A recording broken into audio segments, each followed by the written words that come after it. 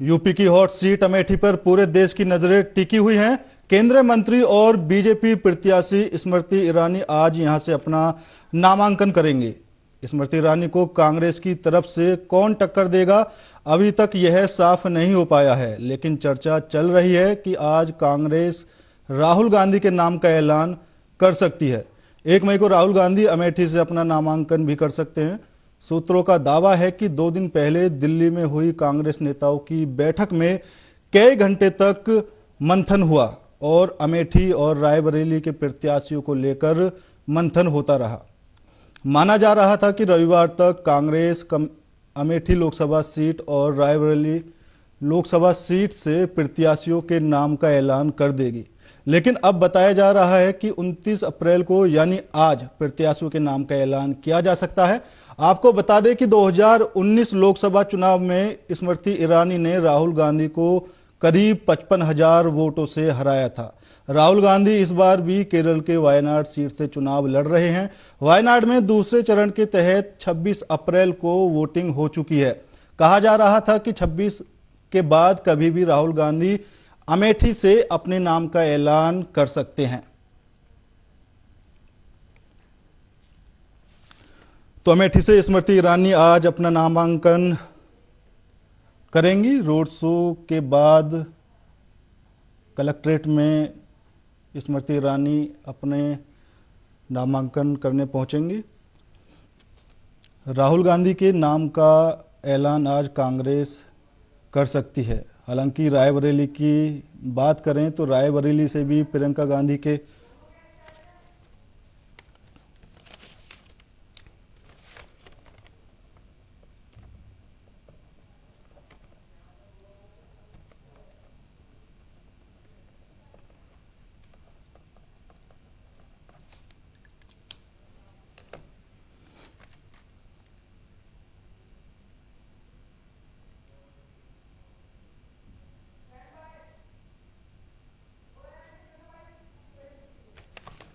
तो अमेठी से आज राहुल गांधी के नाम का ऐलान किया जा सकता है। सूत्रों की माने तो कांग्रेस आज राहुल गांधी के नाम पर अमेठी से मुहर लगा सकती है। वहीं रायबरेली से प्रियंका गांधी के नाम की चर्चा जोरों से चल रही है। आज अमेठी से स्मृति ईरानी अपना नामांकन करेंगी। हालांकि रायबरेली से बीजेपी ने वरुण गांधी को ऑफर दिया था, लेकिन वरुण गांधी ने उस ऑफर को ठुकरा दिया। बीजेपी चाहती थी कि प्रियंका गांधी के सामने वरुण गांधी को उतारा जाए, लेकिन वरुण गांधी ने उस ऑफर को ठुकरा दिया। अमेठी और रायबरेली दोनों हॉट सीटें मानी जाती हैं।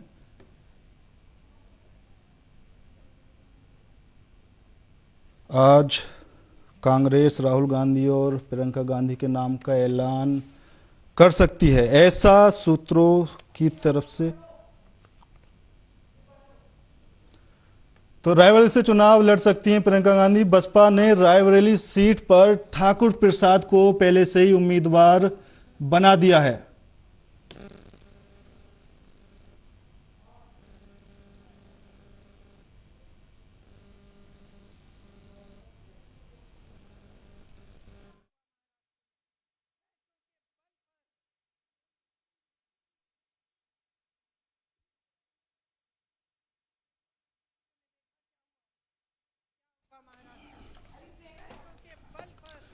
तो अमेठी सीट से 2019 में राहुल गांधी को स्मृति ईरानी ने करारी शिकस्त दी थी और अब की बार भी अमेठी से स्मृति ईरानी ने नामांकन की प्रक्रिया पूरी कर ली है और आज वो अपना नामांकन कर देंगी। वहीं कांग्रेस की तरफ से राहुल गांधी के नाम का ऐलान किया जा सकता है। हालांकि बीएसपी ने रायबरेली और अमेठी से पहले ही अपने उम्मीदवारों के नाम का ऐलान कर दिया है।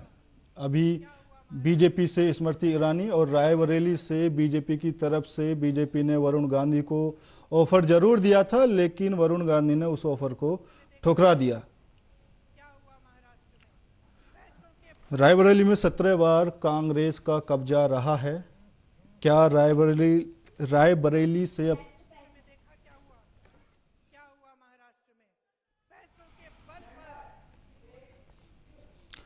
और इसी मुद्दे पर चर्चा करने के लिए हमारे साथ दो बेहद ही खास मेहमान जुड़ चुके हैं। भारतीय जनता पार्टी से आलोक जी हमारे साथ जुड़े हैं, सर आपका बहुत बहुत स्वागत है। और कांग्रेस से दीपचंद राठौर जी हमारे साथ जुड़े हैं, सर आपका भी बहुत बहुत स्वागत है। दीपचंद जी, सबसे पहला सवाल मेरा आपसे रहेगा, अमेठी और रायबरेली दो ऐसी सीटें हैं जहां पर पहले से कांग्रेस काफी मजबूत स्थिति में रहती थी, लेकिन 2019 में अमेठी से राहुल गांधी को हार का सामना करना पड़ा। हालांकि रायबरेली में ऐसा नहीं है, रायबरेली में कांग्रेस का कब्जा हमेशा रहा है और 17 बार वहां पर कांग्रेस की जीत हुई है। अब की बार इतनी देरी क्यों इन दोनों सीटों को लेकर?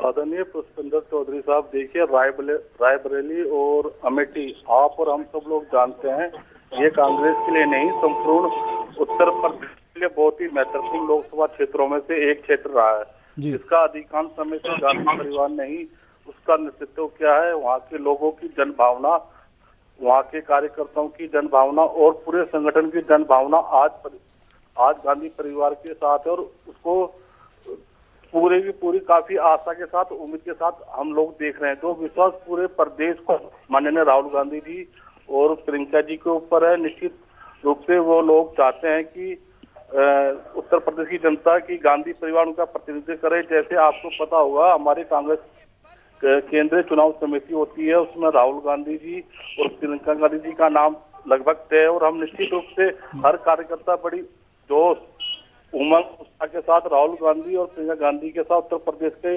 जनमानस के साथ खड़े हैं। देखिए, जो 2019 के अंदर आपने पूछा कि भाई क्यों आप हारे, देखिए जिस तरह भारतीय जनता पार्टी ने दो वादे कहे थे, बहुत हुई महंगाई की बार, अब की बार मोदी सरकार, तो हम आपको 13 रुपए किलो चीनी देंगे, 2 करोड़ युवाओं को रोजगार देंगे। तो देखिए, मैं आपको बताना चाहूंगा कि चौधरी साहब, अब देश की जनता कह रही है कि जनता का कहना है कि अब मोदी के नाम पर वो, क्योंकि मोदी जी ने 10 साल में जनता को खूब चला है और भारतीय जनता पार्टी के दिन बच गए हैं। 2024 में एक नया सवेरा होगा, जो जीतेगा वो हमारे लिए महंगाई की बात करेगा, बेरोजगारी की बात करेगा, महिलाएं की बात करेगा, युवाओं की बात करेगा। मोदी ने जनता के इमोशनल के साथ बहुत लोगों के इमोशनल के साथ खेला है, लेकिन अब देश की जनता और देश का युवा और देश का जनमानस कहीं ना कहीं ये समझ चुका है कि ये जो वादे हैं ये खोखले वादे हैं। आज मैं पूछना चाहता आलोक जी से, स्मृति ईरानी ने अमेठी की जनता के लिए जो वादे किए थे वो सारे के सारे वादे खोखले हुए। आप बताइए आलोक जी, कितने युवाओं को आपने रोजगार दिया? क्या 13 रुपए किलो चीनी हुई? देखिए, ये जो वादे थे, लोगों ने वादों के ऊपर भारतीय जनता पार्टी में विश्वास करा था। अब लोग ये समझ चुके हैं कि कहीं ना कहीं अगर अमेठी, रायबरेली और संपूर्ण उत्तर प्रदेश का विकास, बहुमुखी विकास चाहिए तो हमें इंडिया गठबंधन को वोट देना होगा और इंडिया गठबंधन के साथ हमें रहना होगा। दीपचंद जी, ठीक है, लेकिन अमेठी से अगर राहुल गांधी को ही उतारना था तो इतनी देरी क्यों की जा रही थी? हालांकि अभी इस चीज की पुष्टि नहीं हुई है पार्टी की तरफ से, सिर्फ एक अनुमान लगाया जा रहा है कि राहुल गांधी को वहां से उतारा जा सकता है। आलोक जी, मैं आपके पास आऊंगा। ये जो देरी हुई है, क्या ये स्मृति ईरानी के सामने लड़ने की वजह से हुई है, कहीं दोबारा हार का सामना ना करना पड़े? पर राहुल गांधी जी को हार का डर सता रहा था, तभी वो फिर से वायनाड भागे। फाइनल का चुनाव संपन्न होने के बाद यहाँ की तरफ कबाइल यहाँ की तरफ मुखातिब हुए हैं और अब कयास लगाया जा रहा है कि यहाँ से भी, लेकिन यहाँ से लड़ेंगे तो उनको फिर से मुंह की खानी पड़ेगी, इसमें कहीं कोई शक नहीं है कि पिछली बार स्मृति ईरानी जी ने जो वहाँ पैर जमा दिया और उसके बाद जो 5 वर्षों में ने वहाँ उसका चौमुखी विकास किया है, इससे वहाँ की जनता पूरी तरीके से वाकिफ है और उन्होंने तो वहाँ अपना घर तक बना लिया है। तो उनकी सोच और उनका काम करने का तरीके में बहुत बदलाव है। ये तो जीत के चले जाएंगे, फिर दोबारा कभी दर्शन देंगे नहीं। ये तो मैं रायबरेली और अमेठी की जनता को धन्यवाद देता हूँ कि इतने साल तक इस परिवार को इन्होंने गिलाए रखा, लेकिन अब पिछली बार से वो आगे मूड में कि नहीं, अब ऐसे लोग हमें नहीं चाहिए। अगर ये उतरते हैं लास्ट मिनट में तो भी कुछ होने जाने का है नहीं। इनको वहाँ शिकस्ती खानी पड़ेगी। अब कांग्रेस के दिन लग गए। कांग्रेस एक छोटी पार्टी के रूप में उत्तर प्रदेश में चुनाव लड़ रही है, मात्र 17 सीटों पर। उसमें भी बहुत सी सीटों पर इसको कैंडिडेट ही मिलना मुश्किल हो रहा है। ये तो सपा के उनके ऊपर ये आश्रित है जी।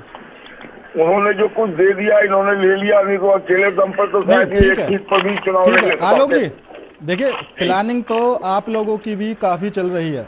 अभी जब आपको लगता था कि रायबरेली से प्रियंका गांधी को उतारा जा सकता है, आपने वरुण गांधी को ऑफर दे दिया दोनों को आमने सामने लड़ाने के लिए, लेकिन आपका जो ऑफर था वरुण गांधी ने ठुकरा दिया। ये आपको कहाँ से कंफर्म न्यूज है कि वरुण गांधी को हमने कहा था चुनाव लड़िए और उन्होंने ठुकरा दिया? नहीं बिल्कुल। क्या वरुण गांधी ने इस तरीके का कोई वक्तव्य दिया है? क्या पार्टी ने कोई वक्तव्य दिया है? वरुण गांधी को लड़ा रहे थे वो मना कर दिए। देखिए पार्टी की तरफ से तो, हाँ कहिए। ये सब तो हवा में लोगों के द्वारा खींचे हुए चीजें हैं। इसका कहीं कोई धरातल से लेना देना नहीं है। ये क्या लोग लगाते रहते हैं कि शायद वरुण गांधी को वहां लड़ा देने की कवायद होगी, ऐसा नहीं है। ठीक है, तो रायबरेली से मेरी जानकारी में तो नहीं है। रायबरेली से अब की बार बीजेपी को जीत मिल सकती है या नहीं? 17 बार कांग्रेस का दबदबा रहा है वहां पर। देखिए कांग्रेस का तो एक एक किला हमने ढा दिया। हाँ। और पिछली बार भी हमने अमेठी का किला ढा दिया था। हाँ। और इस बार भी किला ढा देंगे जी। एक नहीं, इस बार दोनों किला ढा देंगे। रायबरेली भी ढा देंगे और अमेठी भी ढा देंगे। हम काम करने वाले लोग हैं। हमने देश की जनता के साथ छला नहीं है।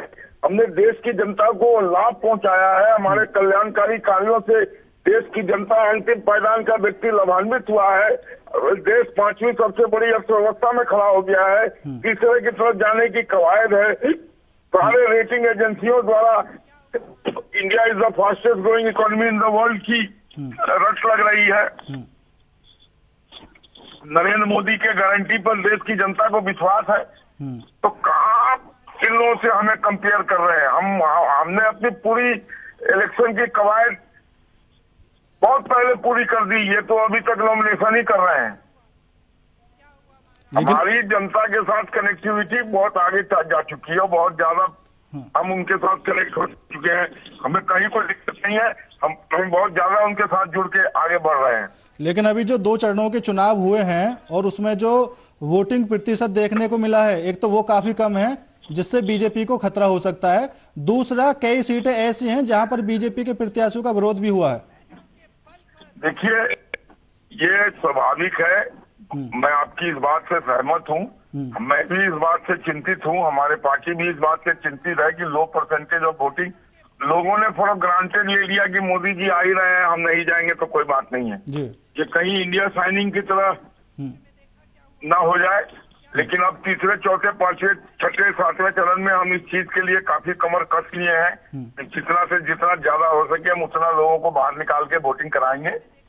लेकिन अभी ये 2 चरणों में भी और कुछ लोग मोदी जी और उनकी नीतियों से नहीं नाराज हैं।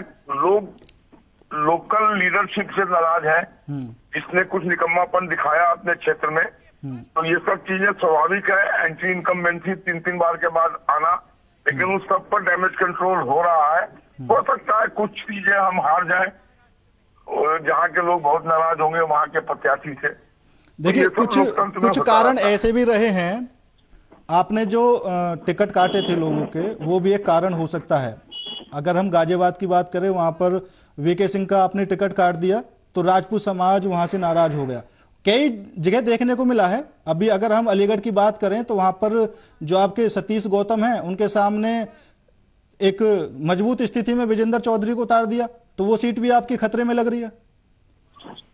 देखिए गाजियाबाद की सीट तो अंतोगत्वा कंट्रोल में आ गई थी और मुझे उम्मीद है कि अतुल गर्ग निकल जाएंगे जी।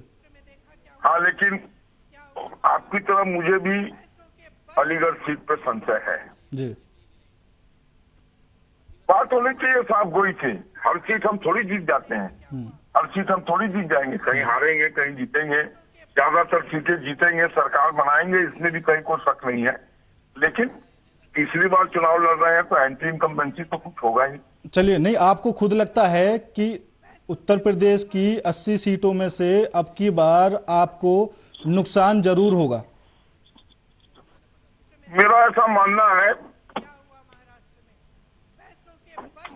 जी, कि जो परिस्थितियां देखने को मिल रही हैं, अगर साफ बात कहूं तो 60-62 तक हम जीत जाएंगे। ठीक है।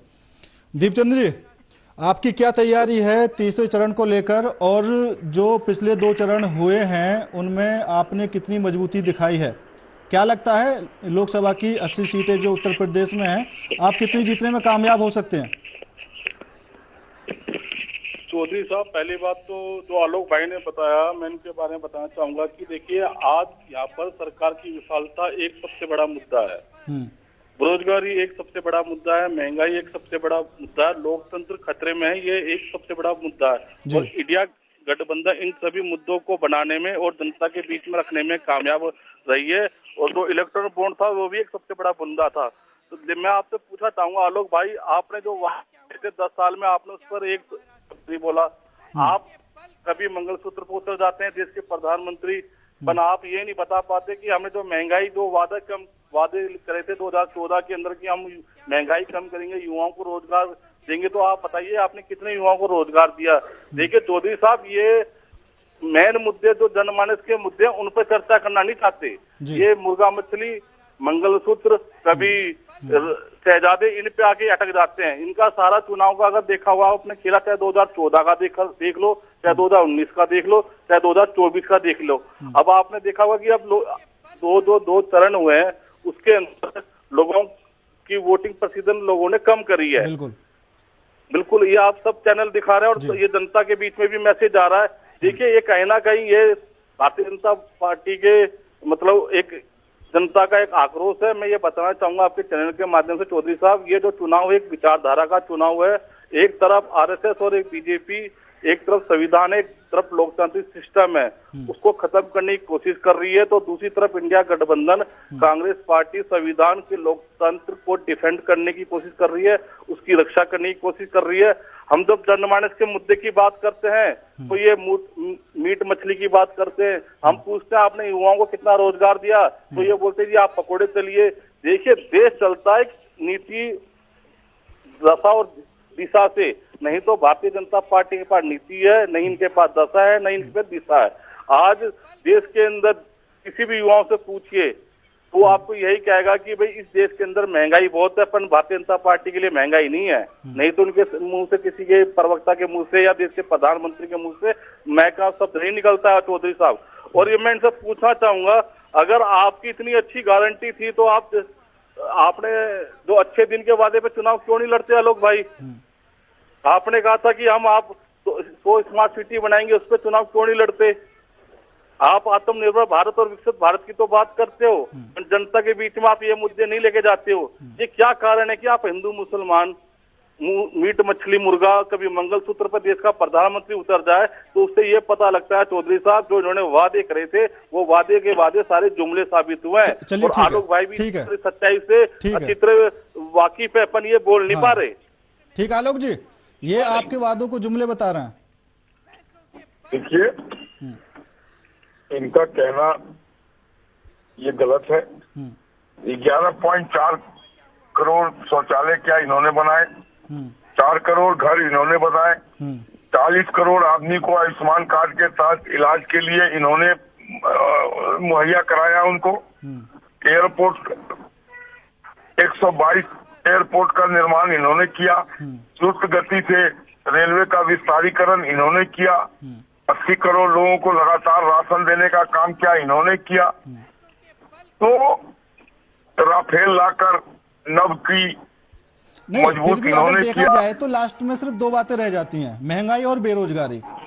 पार्टी इन्हीं को मुद्दा बना देती है। अभी दीपचंद जी ने इन्हीं 2 बातों का बताया। आप विकसित भारत की तो बात कर रहे हो, आत्मनिर्भर भारत की बात कर रहे हो, और आप कहीं ना कहीं कहते हो कि मोदी की गारंटी जी 80 करोड़ लोगों को 5 किलो राशन दिया जा रहा है। ये देश के लिए दुर्भाग्य की बात है कि सौभाग्य की बात है? आलोक भाई ये बताइए पहले आप। ये नोटबंदी, बेरोजगारी, महंगाई, ये तो कितने दिनों से ये चिल्ला रहे हैं, लेकिन जनता इस बात को विश्वास इनके नहीं कर रही है। इनके राज में तो 3,82 अरब डॉलर का घोटाला हुआ 60 वर्ष में। ये जनता जानती है कि घोटालेबाजों किसके है। आज इनके सारे नेता, चौधरी जी, आज इनके सारे शीर्ष के नेता बेल पे हैं जी। सोनिया गांधी बेल पर, राहुल गांधी बेल पर, चिदम्बरम बेल पर, अशोक गहलोत बेल पर, सचिन पायलट बेल पर, किसी न किसी केस में ये बेल पे है। बताइए ना, जितने भ्रष्टाचार आदमियों के साथ। चलिए ठीक है दिव्यन जी, सारे डाल के दूध के धुले हो जाते। ठीक है दिव्यन जी, मेरे बात का जवाब दीजिए आप। अभी अमेठी से एक नाम की चर्चा और चली थी, रॉबर्ट वाड्रा। तो क्या आप राहुल गांधी की जगह उनके नाम पर मंथन कर रहे थे कि भाई राहुल गांधी को अब की बार वहां से रहने दें, रॉबर्ट वाड्रा को वहां से उतार दिया जाए? आदरणीय चौधरी साहब, देखिए, कांग्रेस पार्टी के अंदर जो भी निर्णय होता है केंद्रीय चुनाव समिति करती है। मेरे कहने से, आपके कहने से कोई निर्णय नहीं होता। इसमें हमारा केंद्रीय चुनाव समिति जो लास्ट नेतृत्व कहेगा वही उस पर फाइनल टिकट होता है। दूसरी बात, रॉबर्ट वाड्रा की कहीं ना कहीं उम्मीदवारी दिखाई जा रही है, तो हो सकता है, मैंने ऐसा मेरे को नहीं लगता है कि इस हिसाब से कोई अभी रॉबर्ट वाड्रा राजनीति में आ रहे हैं, पहली बात तो। लेकिन मैं आपसे पूछना चाहूंगा, जो आपने भी कहा कि अब भाई 80 करोड़ लोगों को हम 5 किलो राशन दे रहे हैं, ये आपके लिए सौभाग्य की बात है कि दुर्भाग्य की बात है? पहले आप ये बताइए। आज बताइए, आपकी नीति क्या है? 1.5 GB डाटा और 5 किलो आटा, बस।